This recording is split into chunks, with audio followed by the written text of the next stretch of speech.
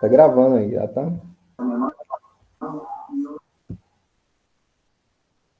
Então é o seguinte, conforme a fonte vai se deslocando aqui no sentido de B, né, tá se aproximando dessa pessoa aqui, desse observador B, essa onda, essas ondas produzidas pela fonte, ela vai ter comprimento de onda menor do que o comprimento natural dela, que é essa primeira situação aqui, quando a fonte está parada. A gente tem um comprimento de onda lambdazinho, né? Pela figura você observa que conforme a fonte se aproxima de um certo observador, a onda sonora recebida por esse observador tem um comprimento lambda bem menor. Ó. É como se essa ambulância, né, essa fonte de onda sonora, estivesse esmagando a frente de onda aqui no sentido em que ele vai se movendo para perto de B. Tá? E o observador A acontece o contrário. Né? Como o movimento da fonte é de se afastar desse observador A, o que acontece é que o comprimento de onda ele vai aumentando. Então, se você comparar esse lambda aqui, né, que tem a ver com o observador que a partir do qual a fonte está se afastando. Você comparar esse lambda com o lambda quando a ambulância está parada, é maior, tá vendo? Então, se a ambulância se aproxima de um certo observador, esse observador recebe ondas sonoras com um comprimento de onda menor. E o observador, né, a partir do qual a fonte está se afastando, vai receber ondas com comprimento de onda maior. Tá? Então, isso vai causar um efeito aí na frequência, né? E como a gente sabe, a velocidade de propagação da onda independe, né? A velocidade de propagação da onda no som, do som no ar, é aproximadamente aí 340 metros por segundo. Isso independe da fonte estar se movendo ou não, tá? Então, aqui, como há uma redução do comprimento de onda para esse observador B, significa que ele vai receber ondas com frequências maiores. Enquanto que o observador A, como aumenta o comprimento de onda, ele vai receber ondas com frequência menor, que é o que está escrito aqui. Ó. Você tem a frequência natural, gerada pela fonte, mas o observador A vai receber frequências menores. Isso porque o comprimento de onda é maior. E o observador B vai receber frequências maiores, tá? Do que a frequência natural da fonte, porque o comprimento de onda é menor, tá? E aí, como é que a gente calcula essas frequências aí recebidas pelo observador? Né? Como é que ela se relaciona com a frequência natural da fonte? A regra... Opa, vou botar para apresentar aqui. Tá? Então, a regra é a seguinte, ó. A frequência recebida pelo observador é proporcional, está diretamente relacionada aí à velocidade relativa entre o som e o observador, tá? Assim como a frequência emitida pela fonte é diretamente proporcional à velocidade relativa entre o som e a fonte. Se vocês não sabem o que é velocidade relativa, no próximo slide aí eu vou explicar bem o que é isso, tá? Então, a frequência recebida pelo observador está para a velocidade relativa entre o som e o observador, assim como a frequência emitida pela fonte está para a velocidade relativa entre o som e a fonte. Tá? Então, isso aqui é uma regra aí que relaciona as duas frequências, aquela que o observador recebe e aquela que a fonte emite. Tá? Então, quando a fonte não se move, quando a fonte está parada em relação ao observador, então esse FO aqui é igual ao FF. Tá? A frequência recebida pelo observador vai ser igual à frequência emitida pela fonte. Mas se há um movimento relativo entre esses dois corpos, né? Entre esses dois objetos, daí essas frequências elas são diferentes. E elas são diferentes seguindo essa regra que a gente está vendo aqui. Tá? Isso é o efeito Doppler. Essa forma de escrever aqui a relação entre a frequência FO e FF pode ser mudada, né? Se eu pegar esse V, som, objeto aqui e passar para o outro lado multiplicando, a gente tem essa expressão. Então, isso que está escrito aqui embaixo e isso que está escrito aqui em cima, a mesma coisa, tá? Agora, o que é velocidade relativa? Não sei se vocês entendem esse conceito, né? Então, aqui tem alguns exemplos, tá? A velocidade relativa entre dois movimentos é a medida da taxa de variação temporal da distância com que se afastam ou se aproximam os corpos em movimento. Então, por exemplo, vamos supor que eu tenha dois ciclistas. Então, um ciclista alfa andando na pista com uma velocidade de 20 metros por segundo. E daí eu tenho um ciclista beta andando na mesma pista, no mesmo sentido, com uma velocidade de 15 metros por segundo. Qual que é a velocidade relativa entre esses dois objetos, entre esses dois ciclistas aí? Ó, se os dois estão indo no mesmo sentido, é como se um estivesse se deslocando em relação ao outro em 5 metros por segundo, né? Vamos supor que eu me coloque no referencial desse ciclista beta aqui, tá? No referencial do ciclista beta, o ciclista alfa se afasta dele, ou se aproxima, né? Com uma velocidade de 5 metros por segundo. É a diferença entre essas duas velocidades. Tá? Isso porque eles estão no mesmo sentido. Tá? Agora, vamos observar aqui um segundo exemplo. Vamos supor que eu tenho um carro A, que se move com a velocidade de 50 km por hora para a direita, e um carro B que se move a velocidade de 30 km por hora para a esquerda. Eles estão em sentidos opostos. Tá? Então, qual que é a velocidade relativa entre esses dois objetos aí? É a soma das velocidades, né? Se eu me colocar, por exemplo, no referencial desse carro a 30 km por hora aqui, o carro B, é como se o carro A estivesse se aproximando ou se afastando de mim a 80 km por hora. É a soma.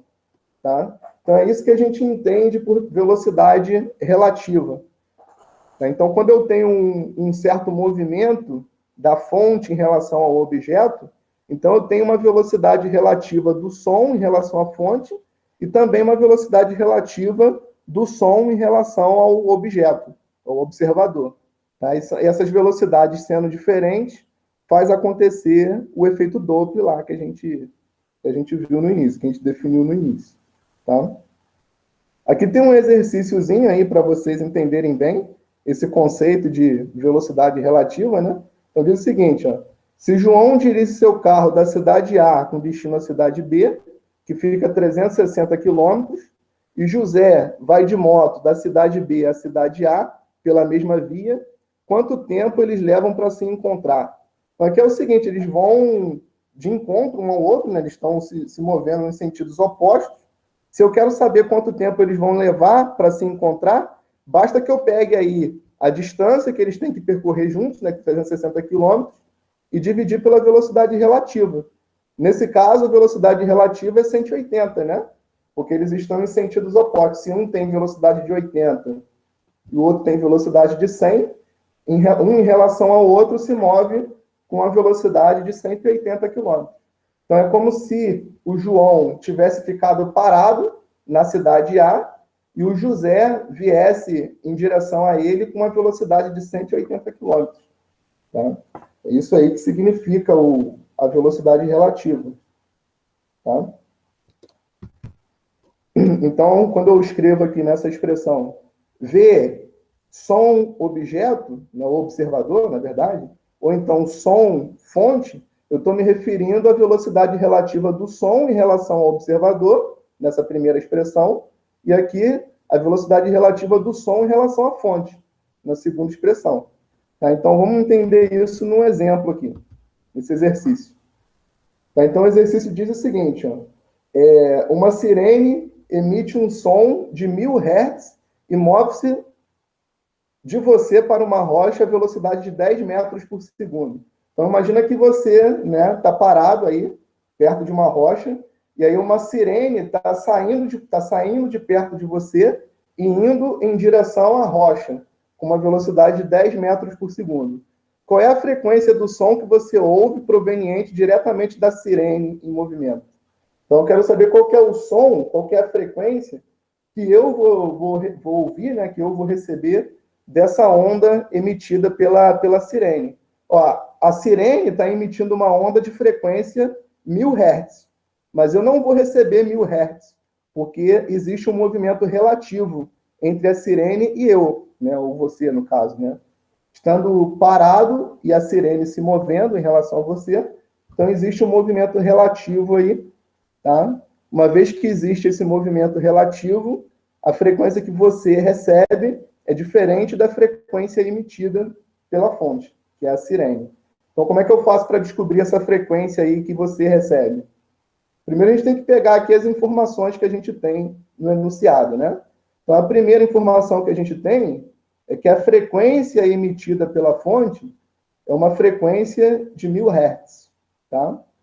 E qual que é a velocidade relativa entre o som e você? Entre o som e você. Ó, o som está vindo na sua direção, né? Então, a velocidade relativa do som a você é a soma da sua velocidade mais a velocidade do som. Só que nesse caso aqui do nosso exemplo, né, a pessoa, você aí que está recebendo a onda, está parado, né? Então, a velocidade relativa é a própria velocidade do som. O som vem na sua direção com uma velocidade de 340 metros por segundo. Então, essa é a velocidade relativa do som em relação a você. Se você está parado, a velocidade relativa do som em relação a você é a própria velocidade do som. Tá? Agora, digamos que eu tenha que determinar aí, né? Eu tenho que determinar a velocidade relativa do som em relação à fonte.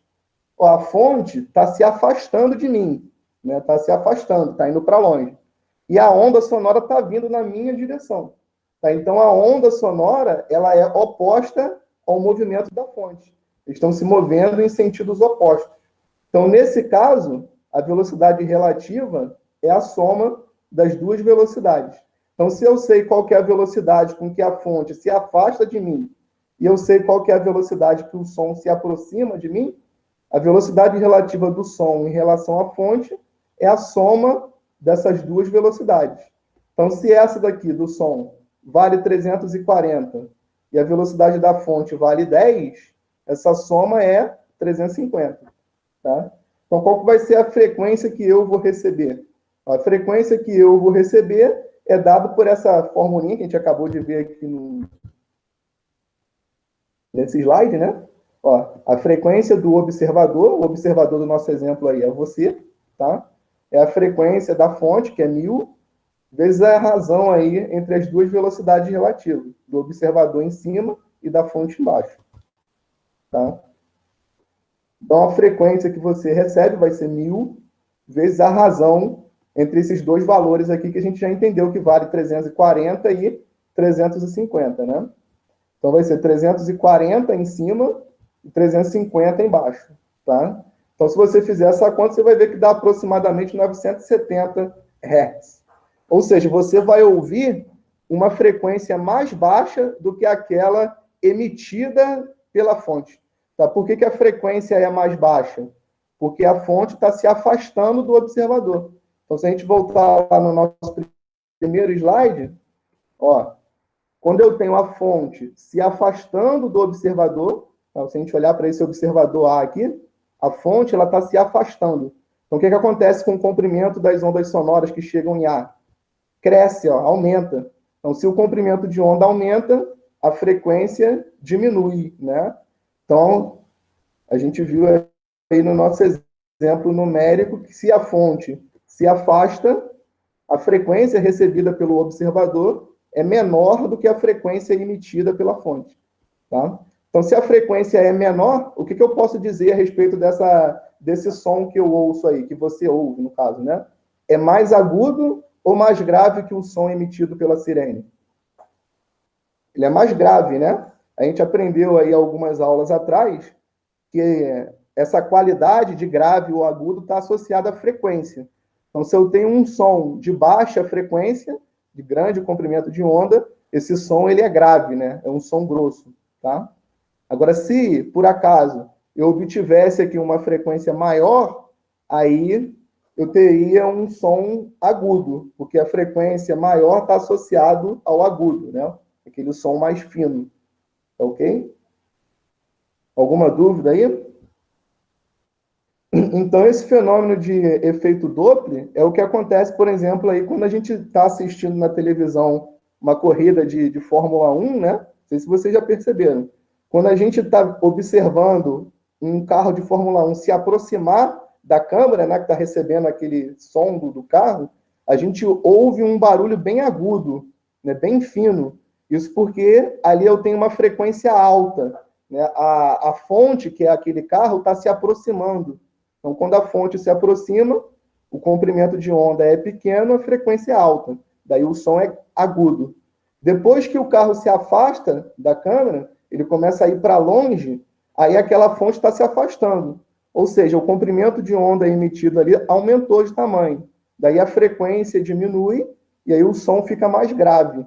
Tá? Então você ouve um barulho bem fininho enquanto o carro está se aproximando, e daí depois que o carro passa, você ouve um barulho mais grave, mais grosso. Tá? Isso é o efeito Doppler. Então,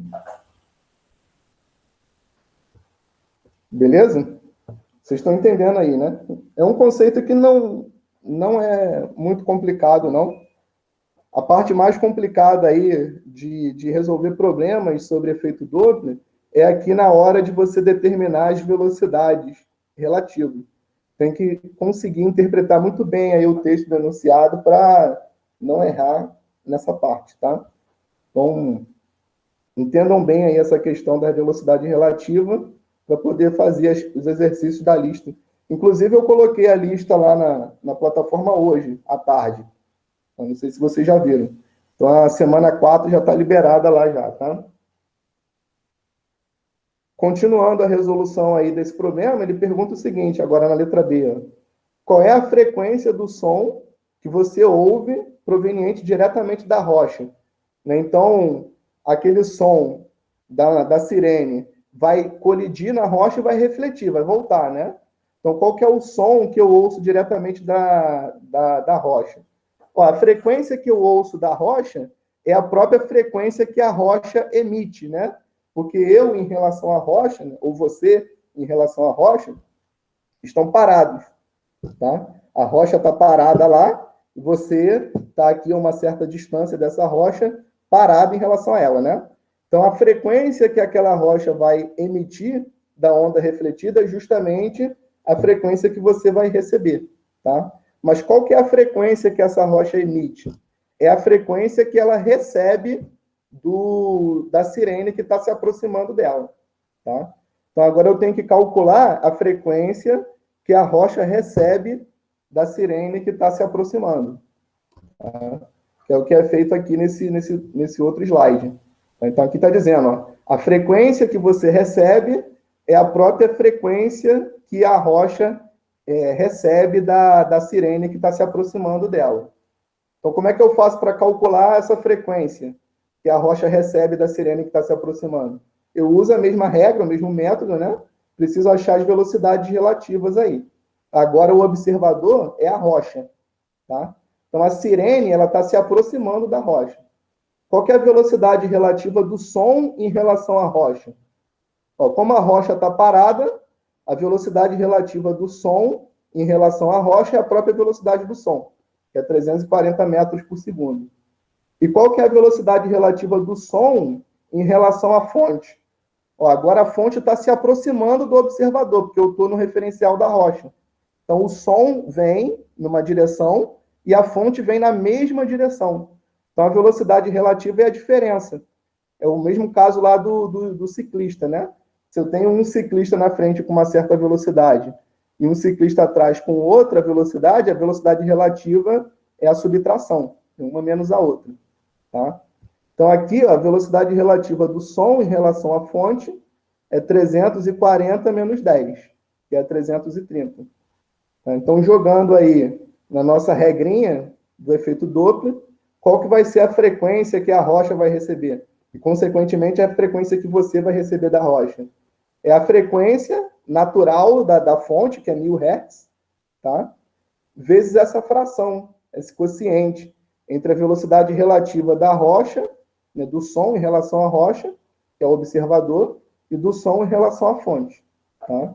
Então, 340 por 330 vezes 1000 dá aproximadamente 1030 Hz. Então, essa é a frequência que vai chegar na rocha e que da rocha vai ser emitida para você por reflexão. Tá? Observa que agora a frequência ela é maior do que a frequência natural da fonte. Ó. 1030 é maior do que 1000. Né? Qual que é a conclusão? O som é mais agudo. Né? Por que o som é mais agudo? Porque nesse segundo exemplo, a fonte está se aproximando do observador, está chegando para perto do observador. Então, está comprimindo, né, as frentes de onda, comprimentos de onda menores faz a frequência ficar maior, e, portanto, o som mais agudo, que é o que se ouve, tá certo?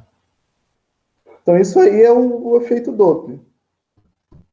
Aqui a gente tem ainda um segundo exemplo, tá? Esse aqui é mais simples. Ó, você tem dois carros, um carro A e um carro B, e aí esses dois carros se deslocam no mesmo sentido. Um com velocidade de 20 metros por segundo e o outro com velocidade de 30 metros por segundo. O carro B, de maior velocidade, está atrás do carro A. Qual é a frequência percebida pelo motorista do carro B quando o motorista do carro A aciona sua buzina de frequência F0? Então, o carro que está atrás, que é o B, tem uma velocidade maior do que o carro que está na frente, que é o A. Tá? Então, se o de trás tem uma velocidade maior do que o da frente, esses dois objetos estão se aproximando, tá? Um chegando perto do outro. Tá?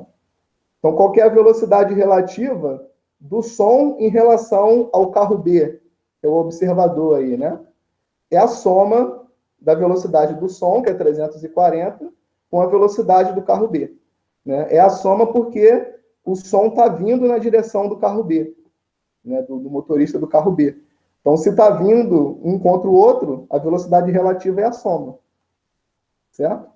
Então, aqui a velocidade relativa do som em relação ao observador é 370 metros por segundo. Tá? E a velocidade relativa do som em relação à fonte também é a soma, tá? Porque a fonte está andando para frente e o som está vindo para trás. Tá? Então, nesse caso, a velocidade relativa também é a soma. Tá? E aí, você faz a razão, 370 por 360, isso dá um número maior do que 1, né? Multiplicado pela frequência F0, vai dar um número maior do que F0, que é o que está aqui, ó, aproximadamente 1,03. Tá? Então, a frequência aumenta. Ó, de novo, a gente observa que quando há aproximação entre a fonte e o objeto, que é o caso do nosso exemplo, a frequência ela é aumentada. Ó. A frequência recebida pelo observador, que é o cara do carro B, é maior do que a frequência emitida pela fonte, que é o carro A que está à frente. Tá? Eu acho que é isso aí. Não sei se deu para entender ou não. Tá? Então, toda vez que você tem aproximação entre a fonte e o objeto que está observando essa fonte, essa onda emitida pela fonte, você vai ter um aumento da frequência, o som vai ficar agudo.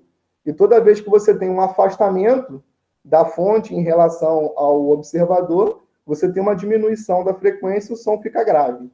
Tá? E aí tem uma questãozinha, né, um fenômeno interessante, que é o seguinte, vamos olhar para essa figura aqui, vamos imaginar que essa ambulância, né, pudesse se mover com uma velocidade muito grande, né, uma velocidade perto da velocidade do som. O que ia acontecer é que esse comprimento de onda aqui, lambda, ele ia reduzindo, né? Vamos supor que essa ambulância está acelerando, está cada vez mais rápido. E aí está com a velocidade, se aproximando da velocidade do som. O que vai acontecer é que esse lambda ele vai reduzindo, vai reduzindo, vai reduzindo. No limite que a velocidade dessa ambulância chega na velocidade do som, esse lambda vai a zero, né? E aí o que acontece? Essas frentes de onda elas vão estar sendo geradas sempre no mesmo ponto. Então, você vai ter um acúmulo de energia ali nesse ponto, tá? E aí, se você passar dessa velocidade, acontece uma coisa bem estranha, né? Que é o que a gente vai ver aqui. Então, vamos pensar aqui no avião, tá? O avião está se deslocando com a velocidade dele cada vez maior, tá? E daí ele está comprimindo aqui as frentes de onda, no sentido em que ele se desloca, né? Se ele se mover com a velocidade exatamente igual à velocidade do som, que é o que chama de Mach 1, né? Essas ondas, as frentes de onda, que elas vão se acumular sempre no mesmo lugar, ó, tá vendo? Então, essa parte amarelada aqui mais intensa é o acúmulo das frentes de onda gerada pela fonte, que é o avião, tá? Porque ele está se movendo exatamente na velocidade do som. Então, tá havendo aqui um acúmulo de energia nessa região. Daí, se o avião passa da velocidade do som, né, passa para uma velocidade um pouco maior, daí o avião rompe essa barreira de energia e aí ele explode, né? Daí acontece esse fenômeno que a gente vê aqui na figura de baixo. Essa fumaça que está saindo aí do avião, é ele rompendo essa barreira de energia, que é a barreira do som aí que ele produziu enquanto ele estava se deslocando à velocidade do som, né? Então, isso que é o fenômeno de quebra da barreira do som, hein? Se a velocidade relativa entre a fonte e o observador for maior do que a velocidade do som, acontece esse fenômeno, né? Eu até peguei aqui um videozinho, eu não sei se eu vou conseguir mostrar para vocês, vou tentar aqui. Quero que vocês estejam vendo aí a minha tela aqui do YouTube, tá? Então, vou abrir aqui um vídeo para vocês verem o fenômeno aí de quebra da barreira do som para um avião supersônico.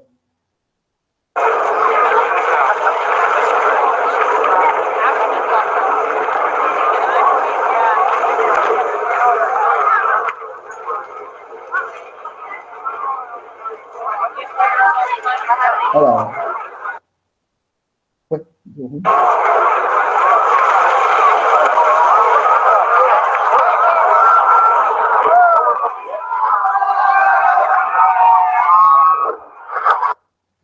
Então, essa fumaça que a gente vê saindo aí do avião, ele está quebrando a barreira do som, né? Enquanto ele tá se deslocando à velocidade do som, ele está fazendo aquela barreira ficar na frente dele, tá acumulando energia ali.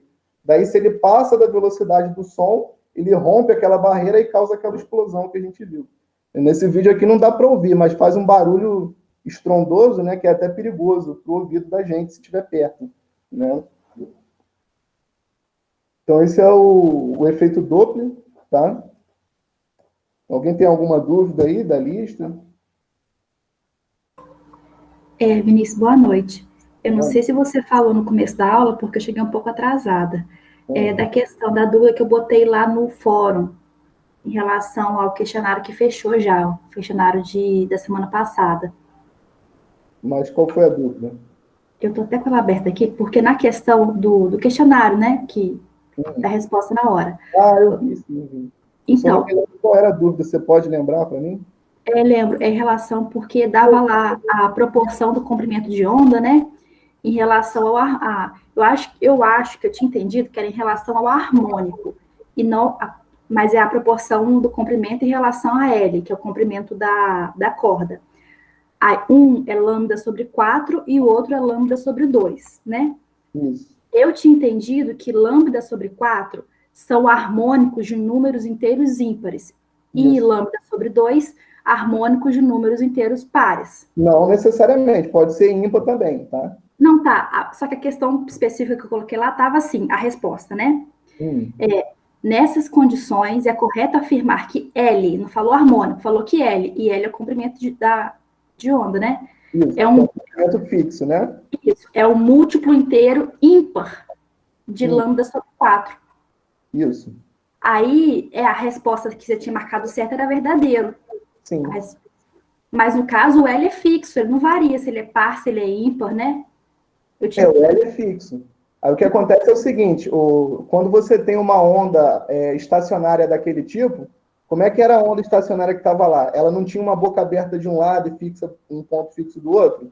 Não tinha foto, só tinha... Vou ler o enunciado inteiro. Era assim, uma onda estacionária de comprimento lambda, do tipo que apresenta nó em apenas uma das extremidades. Está em uma região de comprimento L. Então, deixa eu só falar, não tem a figura, mas está escrito aí, está dizendo como que é a onda. Ela é aberta de um lado e fixa do outro, certo? Certo. Então, você idealiza a figura na sua cabeça aí, tá?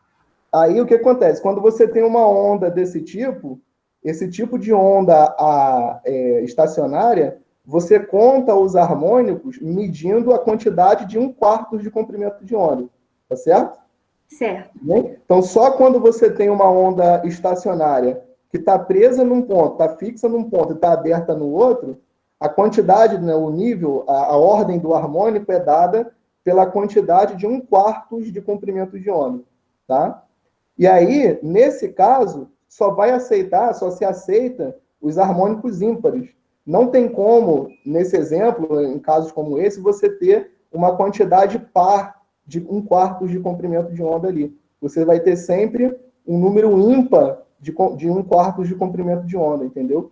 Por Não, isso que a resposta daquela questão é verdadeira.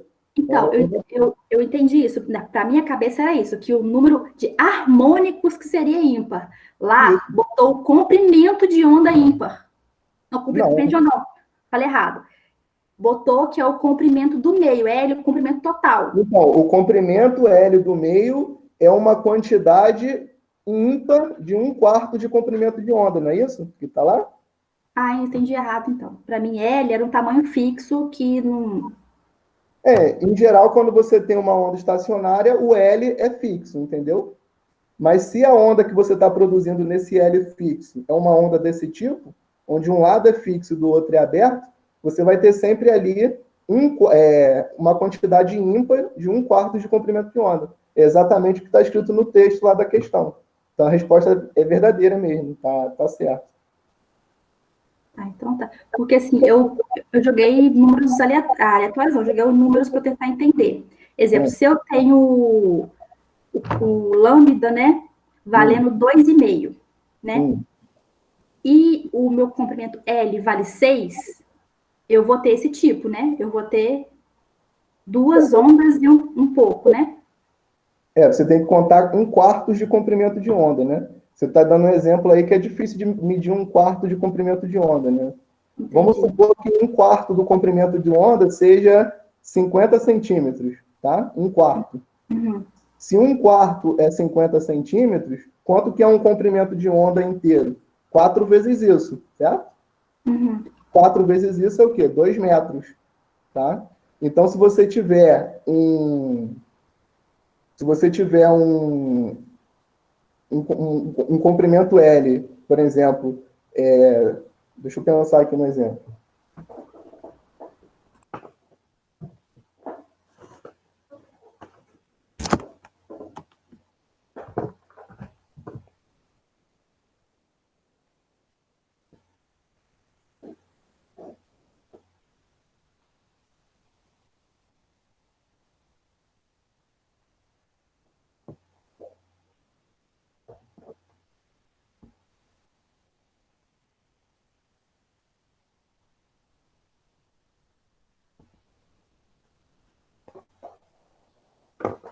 Então, por exemplo, vamos supor que você tem um comprimento L, tá?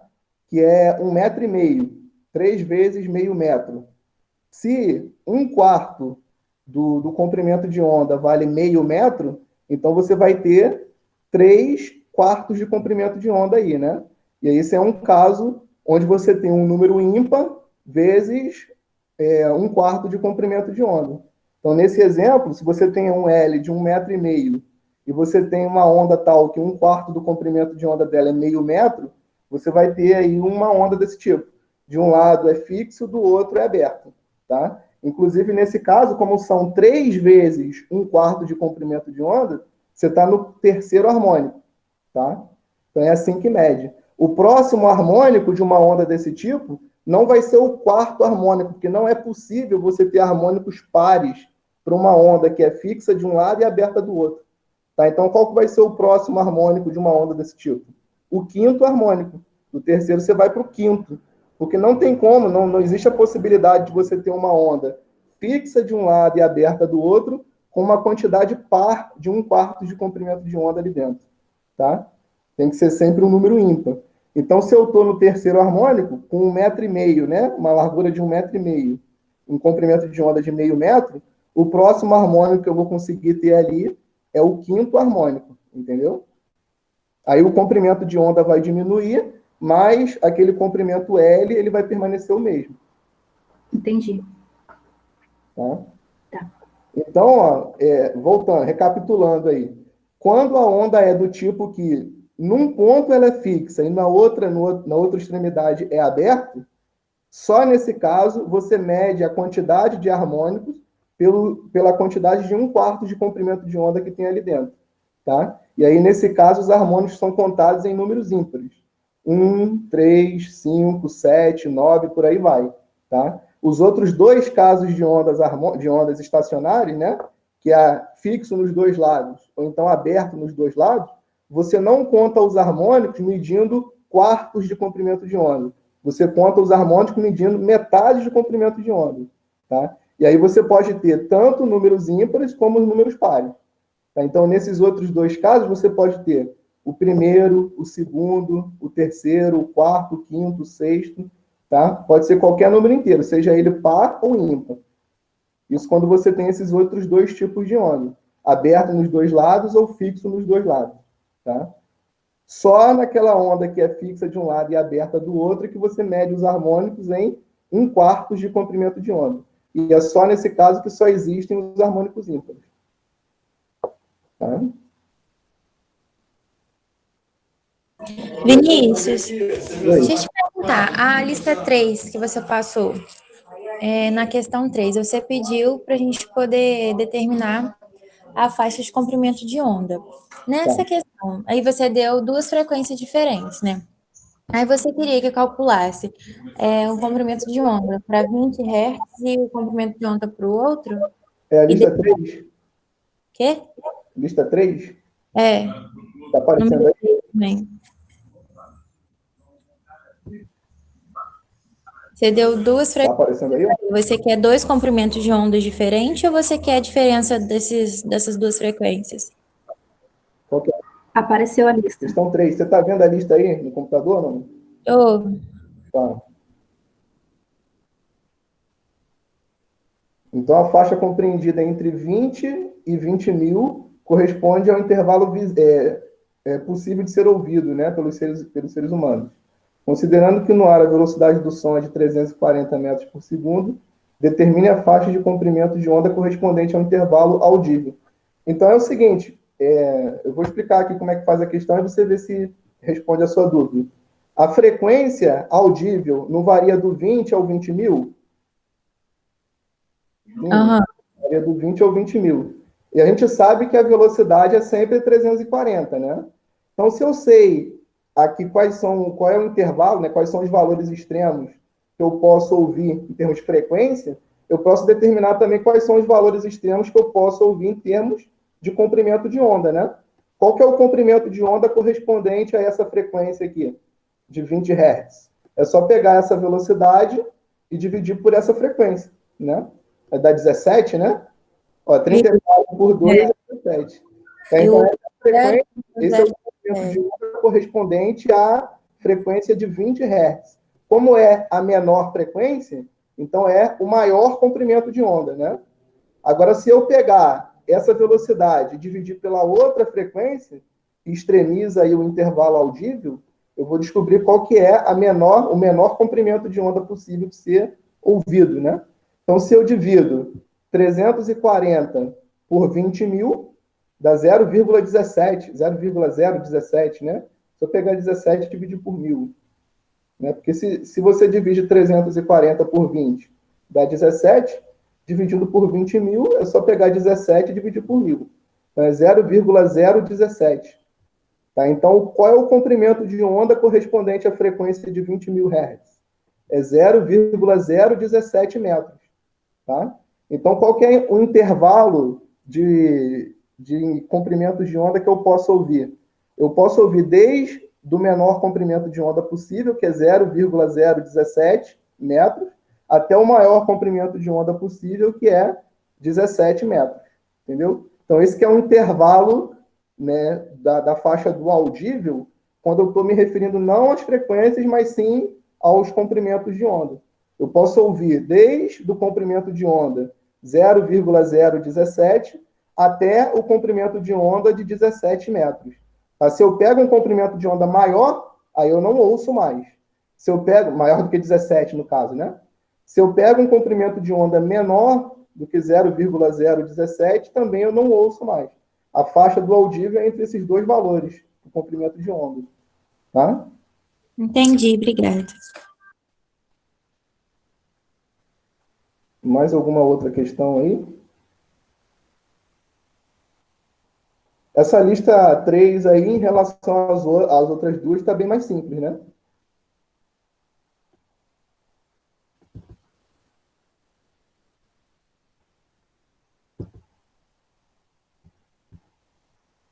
Eu ia falar, na semana que vem, a gente vai ter que fazer uma atividade aí valendo nota durante o nosso encontro aqui pelo Google Meet, tá? Então, essa avaliação aí da semana que vem vai valer o ponto da semana, os 10 pontos.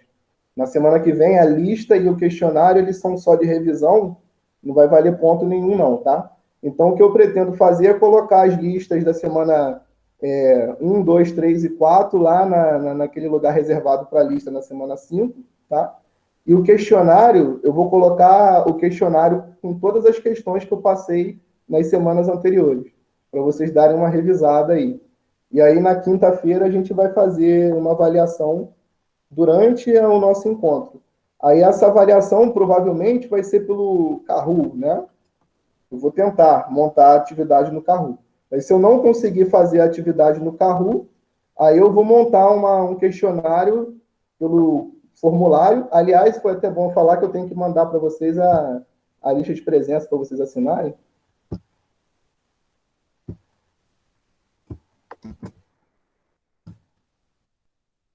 Então, se eu não conseguir fazer a atividade no Kahoot, eu vou fazer um questionário tipo esse que vocês assinam aí para presença, e aí vocês vão ter que estar fazendo aqui durante a aula, tá? Mas eu acho que vai dar tudo certo com o Kahoot. E aí a pontuação vai ser o seguinte, né? Se for pelo Kahoot. Quem tirar a maior pontuação, vamos supor que alguém tire 800 pontos, tá? E seja essa a maior pontuação. Aí essa pessoa fica com 10 ali da semana. Aí outra que tirou 700 vai tirar uma nota um pouquinho menor. E assim sucessivamente, tá? Mas, Vinícius, isso depende da velocidade da internet da pessoa. E aqui em casa eu tô com um problema, tem às vezes eu acesso pelo celular, aí fica travando. Mas e aí, você tem uma sugestão para a gente deixar o processo mais democrático? Quando a Camila faz esse tipo de avaliação valendo ponto, ela não deixa individual, ela bota em dupla ou trio, porque se a internet de um ficar ruim, né, a do outro pode estar melhor, e assim por Mas diante. com vocês também, porque a turma é tão pequena, né? Se fosse uma turma de 50, 60, até eu concordo, mas 12 pessoas, se for botar em duplo ou em trio, fica quase ninguém, né? Fica pouca. Né? Mas a gente pode fazer isso, se for o caso. Eu acho que hoje eu tô com a internet boa, porque de vez em quando tem problema na minha rua, eu fico sem internet. Mas se por mim, se a minha internet estiver boa na semana que vem, pode ser individual também, aí tem que ver na hora.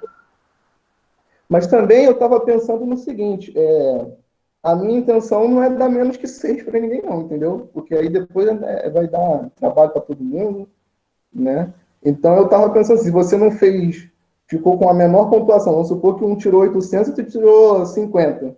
O que tirou 50 é ficar com 6, entendeu? Mas aí tudo bem, a gente vê na hora, na hora não, porque eu tenho que fazer com antecedência. Né? Então, não sei, o que vocês acham aí? Podem me falar que eu estou disposto aqui a ouvir a opinião de vocês. Eu acho que seria legal essa ideia que a Gilmara deu, de fazer em grupo com a Camila, por mais que tenham poucos alunos. Mas vocês já fizeram alguma atividade assim Já a Camila fez com a gente nas primeiras aulas. Aí ela dividiu de grupo e a gente foi respondendo as questões lá. Tá, pode ser. Eu vou conversar com ela, vou perguntar o que ela fez aí eu faço igual. Ela fez pelo Kahoot? Foi. Tá, então tá. Eu vou perguntar a ela depois como é que eu faço e aí eu faço igual.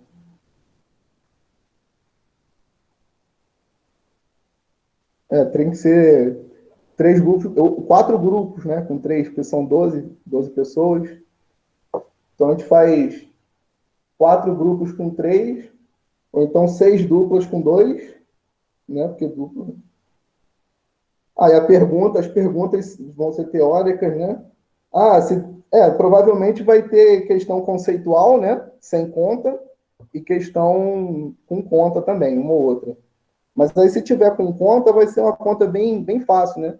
Para não tomar todo o tempo da nossa atividade.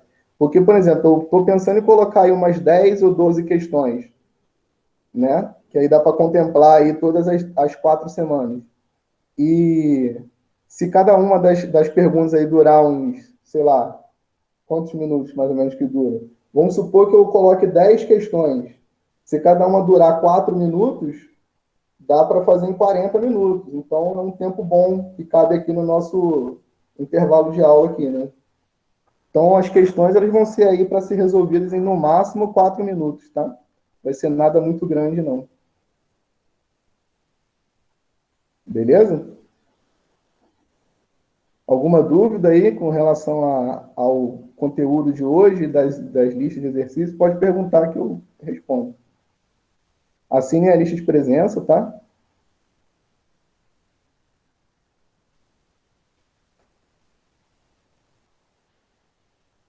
Se não tiverem mais dúvida, né? Então, já estamos liberados aí, tá?